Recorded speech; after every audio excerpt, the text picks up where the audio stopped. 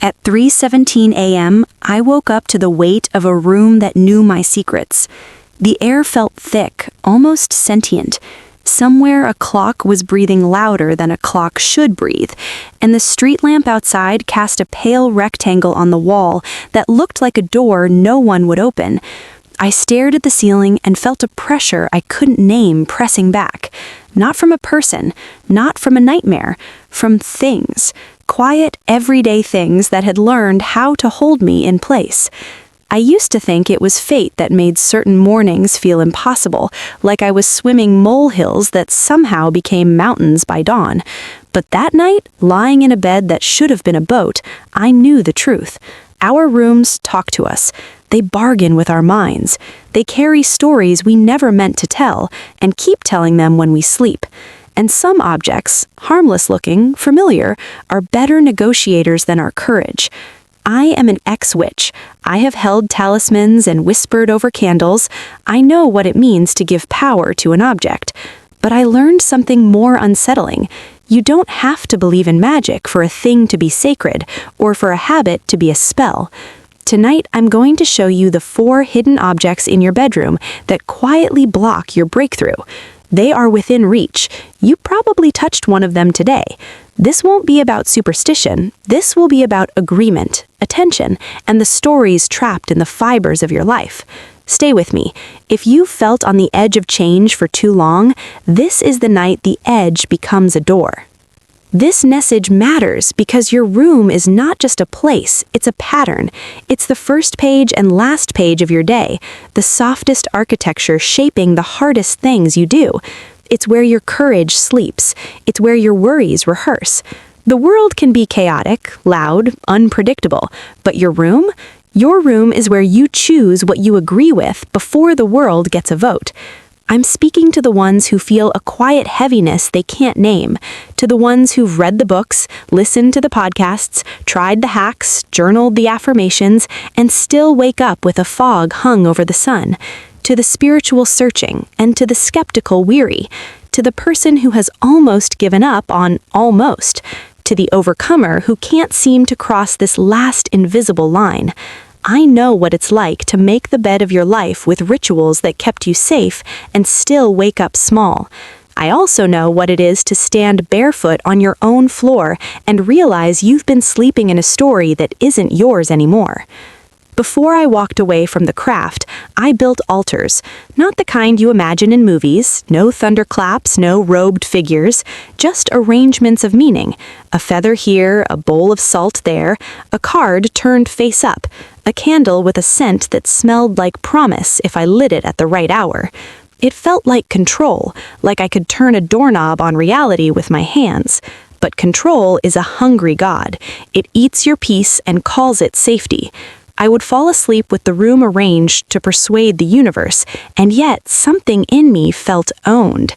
I woke foggy, like my own name had to travel uphill to reach me. I tell you that not to argue with anyone's path, but to reveal mine.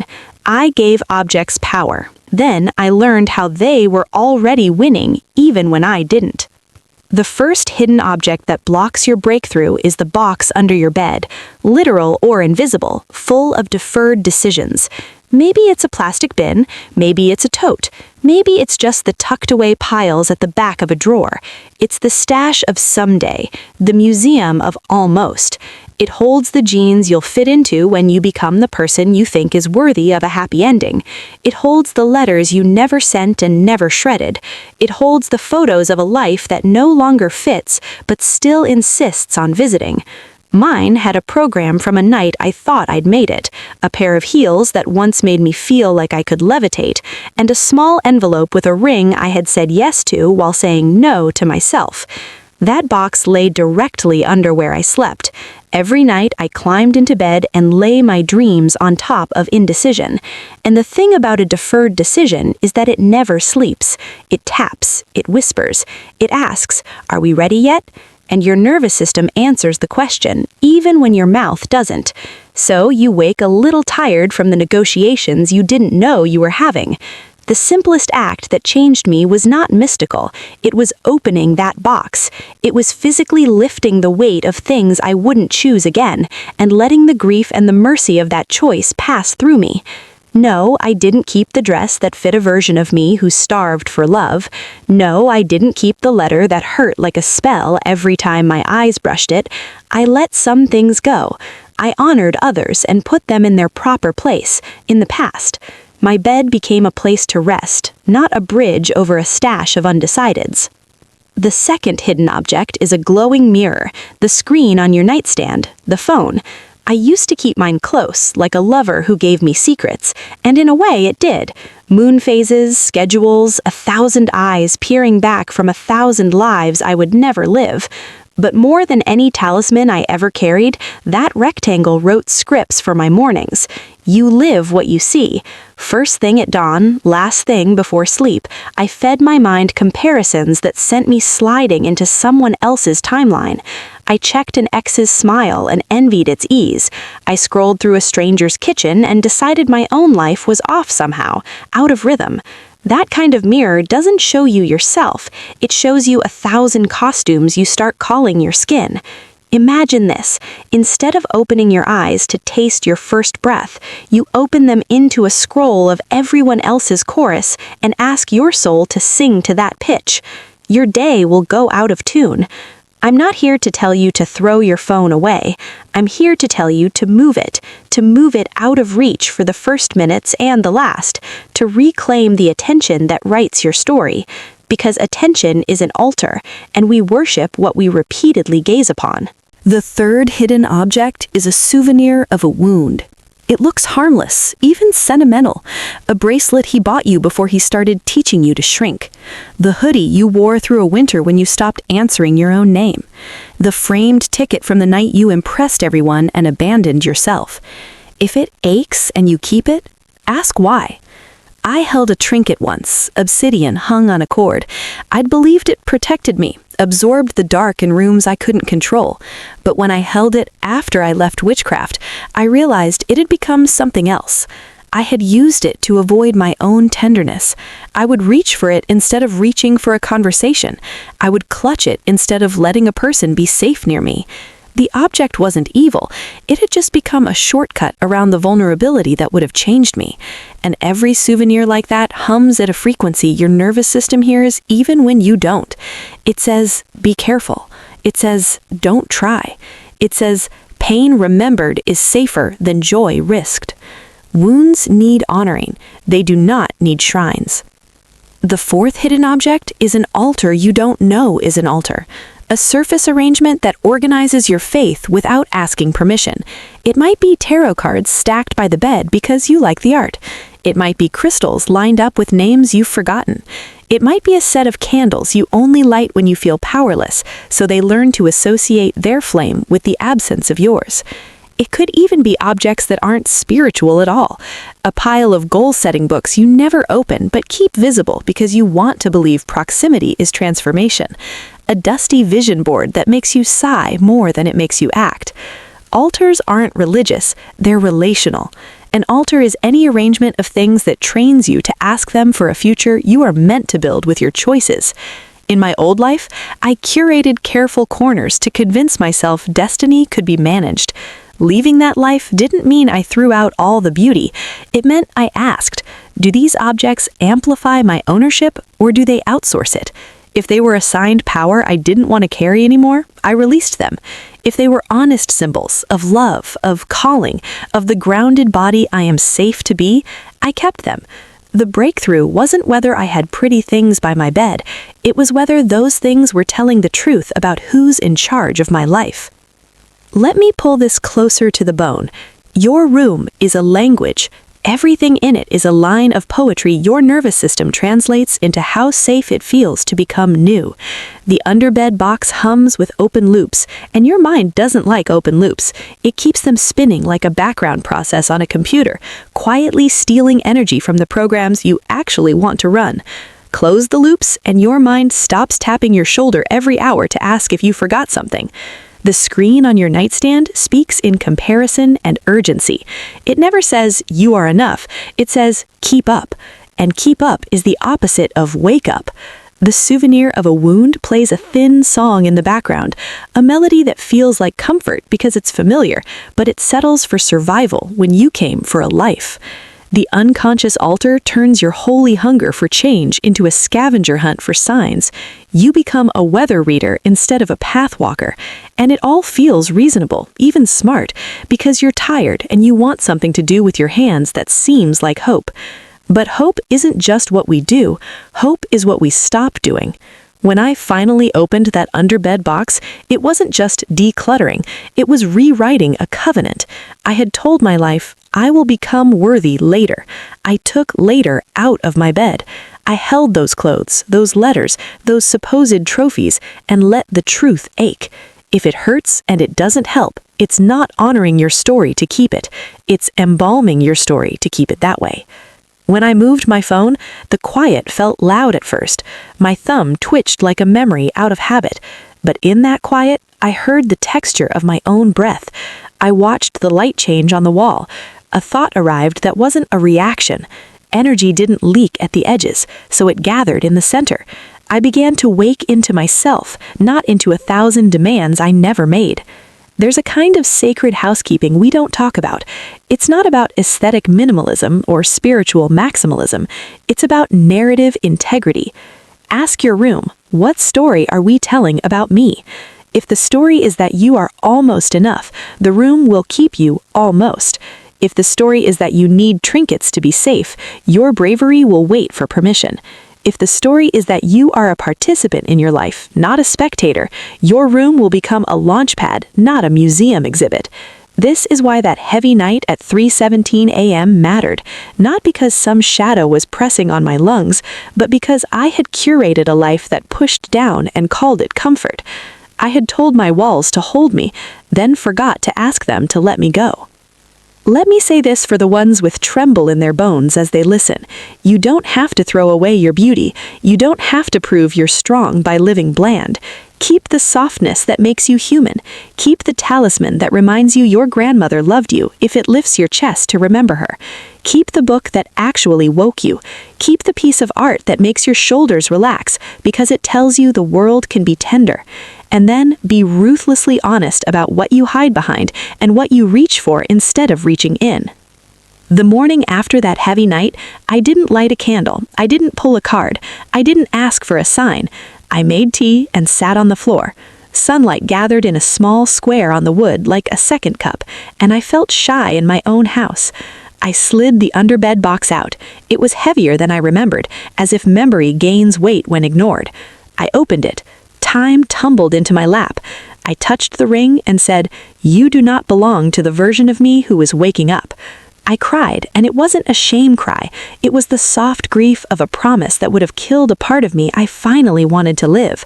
I folded the dress and whispered, "Thank you for the illusion. I don't need you to pretend anymore." I put some things in a donation bag, some in a bin for a goodbye I'd write later. Some I honored and kept in a box labeled Past, placed in the closet like a history book, not a bedtime story. I moved the phone to the other side of the room. Something in me panicked like I had left a child unattended. It passed. I placed a small notebook on the nightstand, not as a productivity hack, but as a net for the fish of early thoughts. I picked up the obsidian pendant that had been my little guardian. Instead of clutching it, I loosened the knot. I didn't break it in anger. I opened it like you open a window after a storm. I said, "I am safe enough to meet what comes."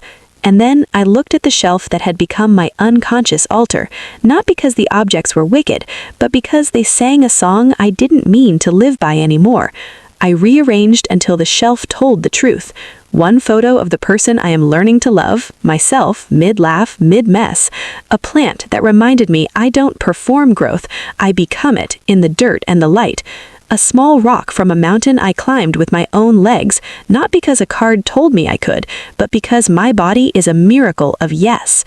When I finished, the room felt like it exhaled. I did too. No thunderclap, no choir of angels, just the quiet ease of a space that wasn't arguing with me. Later that day, an email arrived, an opportunity I had been wanting without forcing. Was it magic? No, it was me answering myself without interference. It was bandwidth returning. It was the way our lives are built when our environment and our spirit stop playing tug-of-war. The realization that changed everything wasn't that objects are powerful, it was that agreements are. My breakthrough had never been hiding behind a cosmic curtain. It was tucked under a bed, flickering on a nightstand, nestled in a jewelry dish, lined up on a shelf. I didn't need to win a spiritual battle. I needed to end a hostage negotiation. And I could. So can you. Tonight, when the house gets quiet and the room remembers your name, I want you to do something simple and brave. Sit on the edge of your bed and ask your space to tell you the truth. Not the dramatic, not the superstitious, not the shaming kind. The kind of truth that sounds like relief. Is there a box under where you sleep full of decisions you've delayed because you were waiting to become enough? Bring it into the light. Let your hands learn the timelines your heart has been carrying. Keep what honors you. Release what does not. Gratitude is not a reason to keep a thing that keeps you small. Is your first and last gaze a glowing mirror that edits your soul before it wakes? Move it farther than your hand can reach while lying down. Let your mornings belong to you for a handful of breaths. Let your nights close on your own voice. Is there a souvenir of a wound clothed in sweetness on your dresser, on your chair, in the basket by the bed? Touch it. If it shrinks you to hold it, bless it and let it go. I know the tug. I know the ache. You are not betraying your past by loving who you're becoming. Are there unconscious altars, arrangements that organize your agency around objects instead of intention? Ask them to tell the truth. Curate a space that makes your shoulders drop, your jaw unclench, your breath go all the way down. You don't need more charged things. You need clear agreements. Some of you listening are afraid that if you let go, the floor will give way. Hear me. Release is not a void. Release is a table you just cleared so today's bread has somewhere to land. Love is not a museum, it's a kitchen. You are allowed to cook a new life without apologizing to the old recipes. I'm not against beauty. I'm not here to police your nightstand. I am here to hand you back a key you didn't know you gave away. You can keep the stories that keep you. You can retire the ones that don't. You can bless what once worked by letting it become past tense, and then stand, open the window, and breathe air you didn't bargain into being. Imagine it. Tomorrow morning, you open your eyes into a room that doesn't negotiate against you. No hidden box tugging your sleeve, no screen urging you to braid yourself into 1,000 other lives before you remember your own. No trinket that ties you to an identity you outgrew. No altar you didn't mean to build, writing prayers you would never say out loud. Just you, a wall catching light, a bed that holds your weight without question, a table with a book you actually want to read, a plant that has quietly grown while you were busy healing, and inside that, a mind unoccupied enough to notice the idea you've been waiting for arrive like a bird on the windowsill. This is not a fantasy. This is what happens when you tell your space to tell the truth with you. There's a lie culture sells in 10,000 forms, that the next tool, the next charm, the next hack will do the brave thing for you. I am telling you as a woman who once whispered to fire that nothing can replace the dignity of your choice. Tools are beautiful when they amplify that dignity. They become cages when they replace it. Breakthroughs are rarely fireworks. They are a room made simple enough for a decision to land. They are a goodbye you finally speak to a version of you that protected you long enough. They are the unglamorous minutes after you move your phone when you have to feel the quiet and not fill it with noise you pretend is information. But then, like a tide turning so slowly you don't notice until your feet are dry, momentum comes back. I want to end with this. I honor where you've been. I honor the way you survived. Even the objects that no longer fit, at some point they were your bridge. Thank them, and then become the shore. Your bedroom is not a vault of old yous, it is the doorway to the next one. Open the boxes, move the mirrors, retire the souvenirs, redefine the altar. Stand in your own home like someone just returned from a long journey and finally knows where the light switch is. Take 10 minutes tonight. Take 20 if you can. And if you cry, let it rinse you clean. If you laugh because it's so simple it's almost funny, good. Simplicity is a genius most of us underrate. Your future isn't waiting for a spell. It's waiting for a little space. Make some. Then watch what finds you when your room and your heart agree to stop holding you back. You are not almost. You are not someday. You are now, and you are allowed to live accordingly. Strong ending line? Here it is. Your breakthrough isn't blocked by the room. You are the room. Clear it, claim it, and then walk out of it new.